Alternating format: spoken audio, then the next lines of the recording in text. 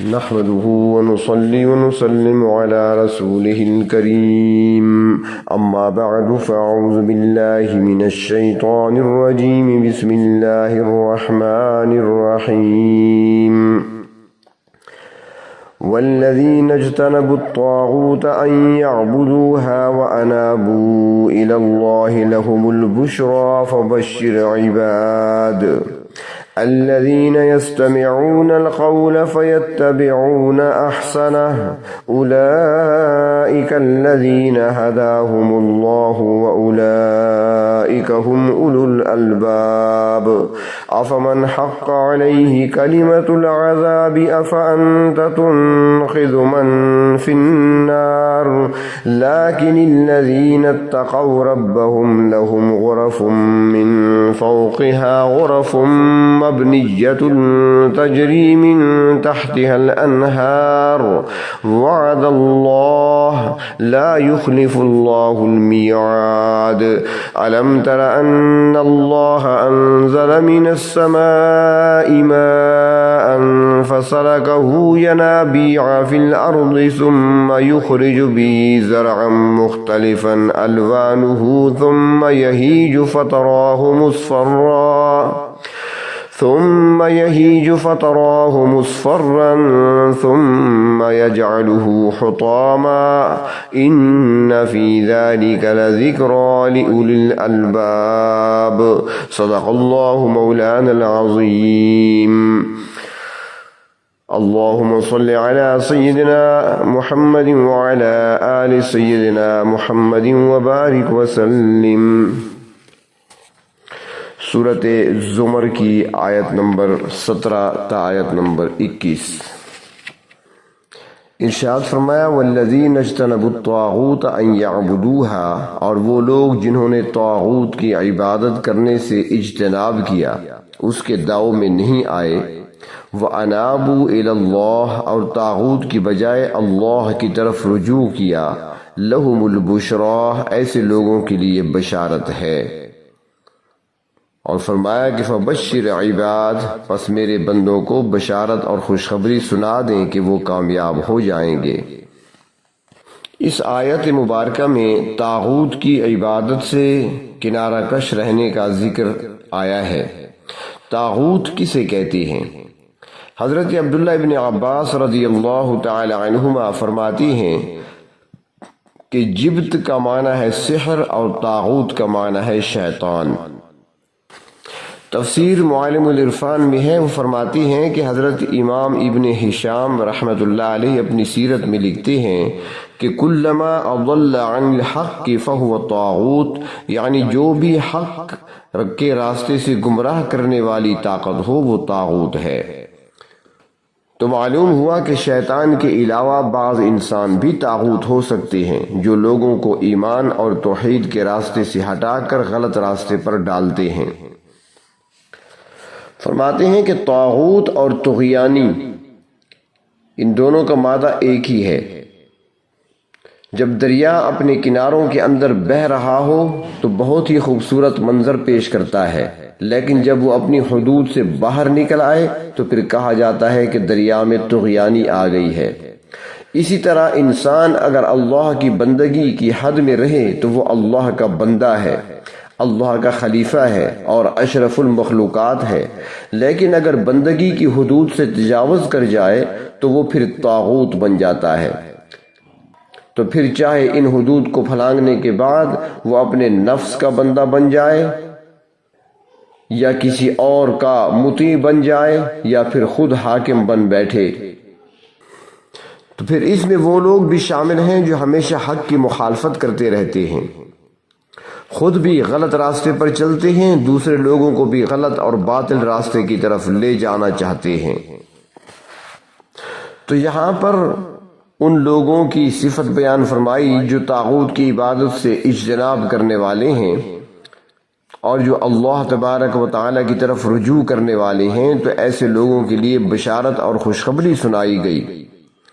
اور پھر بشارت کے مستحق کون لوگ ہیں؟ تو فرمایا الذین یستمعون القول، جو بات سنتے ہیں، یعنی ہر اچھی بری بات ان کے کانوں میں پڑتی ہے، فیتبعون احسنہ، مگر ان میں سے پیروی صرف اچھی بات کی کرتے ہیں۔ فرمایا اولئک الذین ھداھم اللہ، یہی لوگ ہیں جن کو اللہ نے ہدایت دی ہے، واولئک ھم اولو الالباب، اور یہی ہیں جو صحیح معنوں میں عقل مند ہیں۔ دنیا کے اعتبار سے خواہ وہ کسی بھی شمار میں آئیں، اللہ کے نزدیک یہی لوگ صاحب عقل ہیں جنہوں نے طاغوت کی پوجا نہیں کی بلکہ خالص اللہ کی وحدانیت کو تسلیم کیا اور اللہ ہی کی عبادت میں اپنی زندگی گزاری۔ اس آیت مبارکہ میں لفظ احسنہ ارشاد فرمایا ہے کہ ہدایت یافتہ اور عقل والے لوگ وہ ہیں جو سنتے تو ہر بات کو ہیں مگر پیروی احسن کی کرتے ہیں۔ تو احسن سے کیا مراد ہے؟ بعض حضرات فرماتی ہیں کہ احسن سے مراد اللہ تبارک و تعالی کا حکم ہے، جیسا کہ اللہ تبارک و تعالی نے حضرت موسیٰ علیہ السلام سے فرمایا کہ لوگوں کو حکم دیں کہ وہ تورات کی احسن باتوں کا اتباع کریں۔ تو پھر اسی ترتیب سے دیکھا جائے تو اللہ تبارک و تعالی کا بھیجا ہوا دین، نازل کردہ شریعت، اللہ کی بھیجی ہوئی کتابیں اور اللہ کے پیغمبر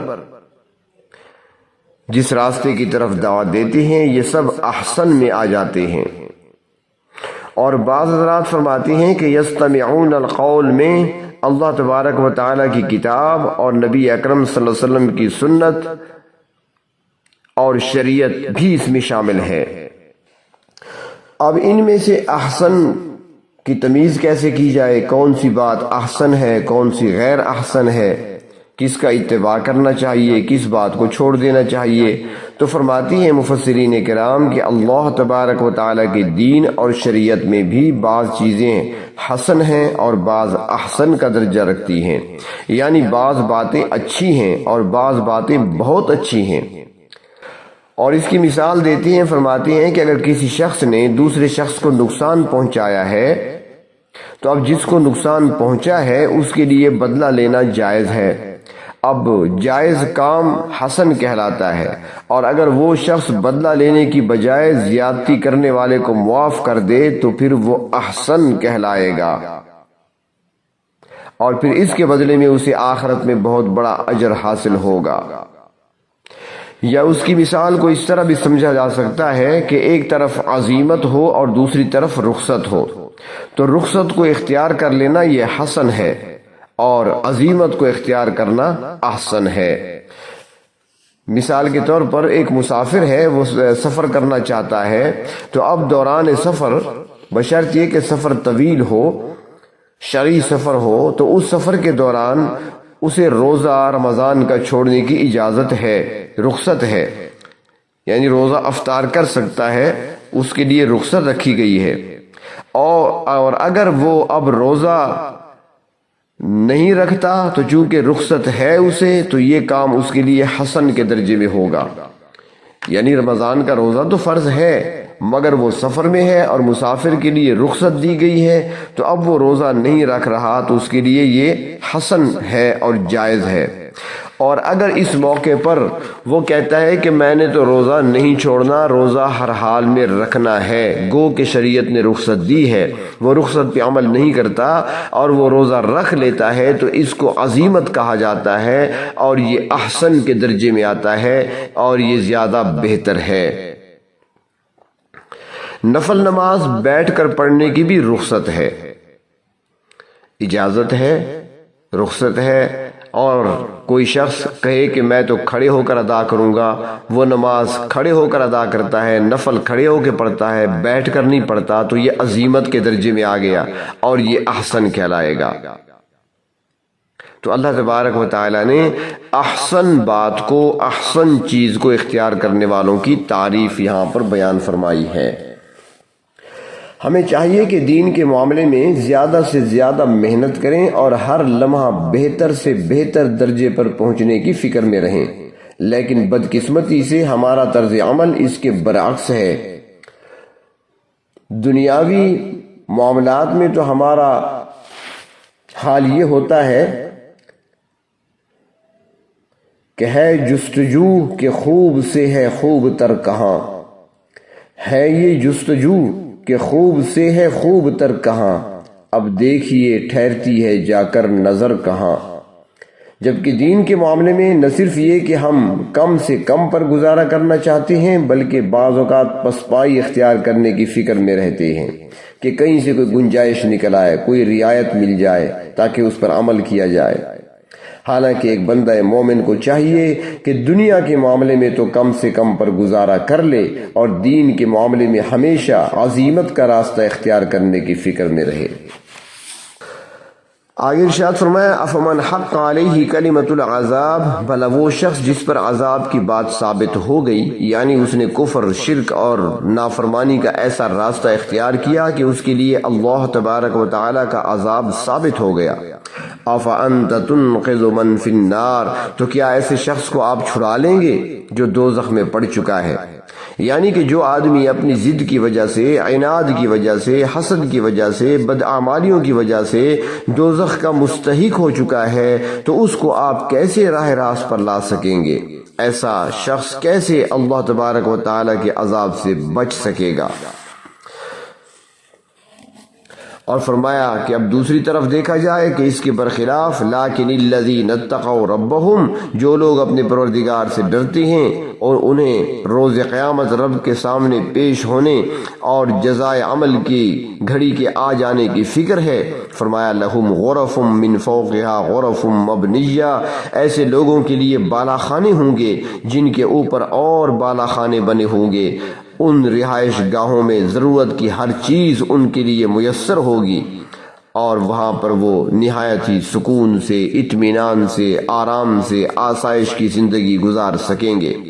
تجری من تحتها الانہار، ان رہائش گاہوں کی ایک خوبی یہ بھی ہوگی کہ ان کے سامنے نہریں بہتی ہوں گی۔ وعد اللہ، یہ اللہ تعالیٰ کا اپنے بندوں سے وعدہ ہو چکا ہے۔ لا یخلف اللہ المیعاد، اللہ تعالیٰ اپنے وعدہ کی خلاف ورزی نہیں کرتے۔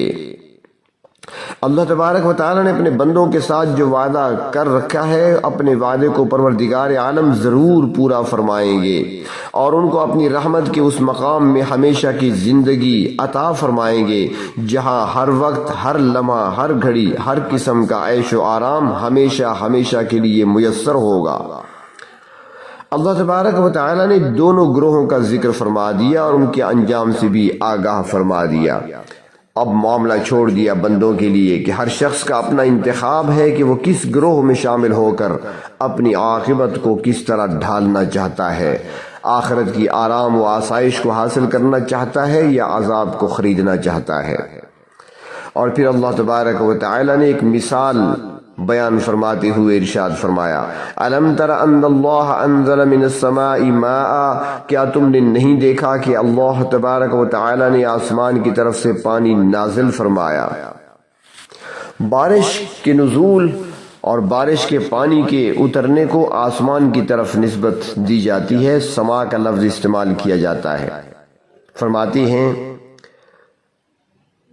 کہ سما صرف آسمان کو نہیں کہا جاتا بلکہ بادل کے لیے، ستاروں اور سیاروں کے لیے، فضا کے لیے، بلکہ ہر اس چیز کے لیے جو بلند ہو اسے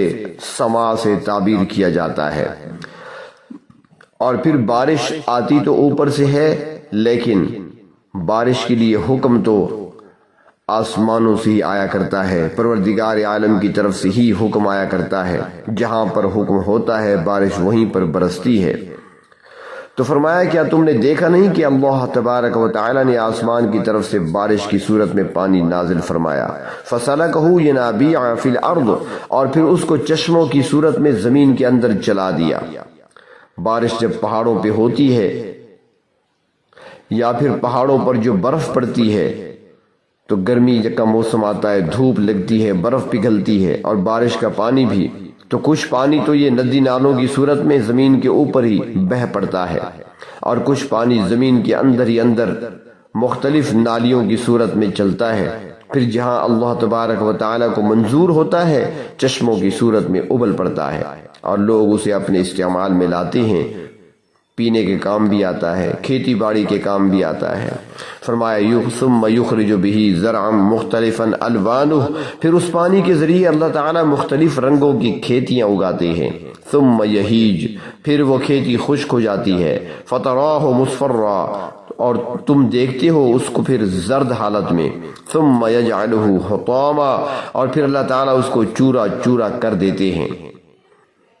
یعنی جس طرح پانی ملا کھیتی کو اور کھیتی سبز ہوئی اور پھر وہ پک کر اپنے عروج کو پہنچی اور پھر زرد اور خشک ہو کر چورا چورا ہو جاتی ہے، اسی طرح انسانی زندگی بھی عارضی ہے۔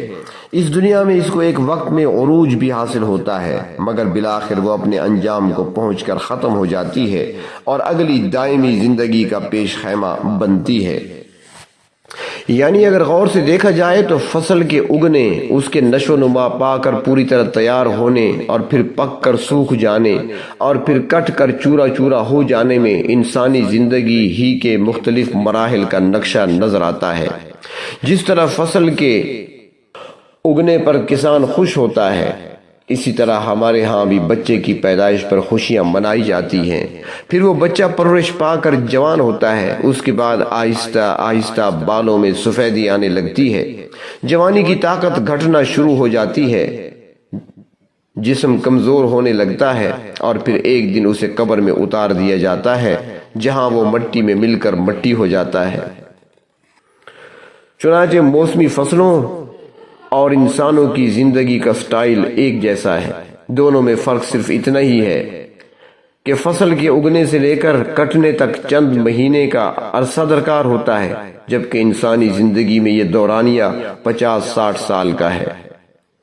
مگر دیکھا جائے تو زندگی دونوں جگہ مشترک نظر آتی ہے۔ تو انسانوں کو چاہیے کہ وہ اس عارضی زندگی پر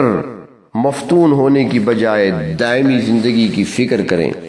اور اس کے لیے اپنا زاد راہ تیار کریں۔ اور اس مثال سے یہ اشارہ بھی دے دیا کہ جس طرح فصل پک جانے پر اناج اور بھوسا الگ الگ کیا جاتا ہے، اسی طرح اگلے جہان میں نیکی اور بدی الگ الگ ہو کر سامنے آ جائیں گی اور انسان اپنے تمام اعمال و کردار کو دیکھ سکے گا۔ فرمایا ان فی ذلک لذکری لأولی الالباب، بے شک اس مثال میں عقل مندوں کے لیے نصیحت ہے۔ انسانوں کو اس مثال پر غور و فکر کرنے اور اپنے اعمال و کردار کی اصلاح کرنی چاہیے۔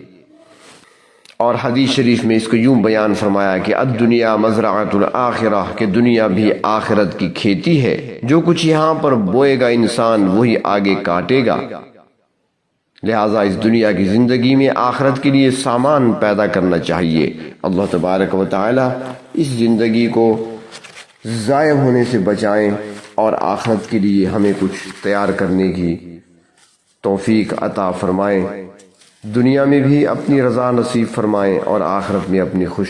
خوشنودی نصیب فرمائیں۔ وآخر الدعوانا ان الحمد للہ۔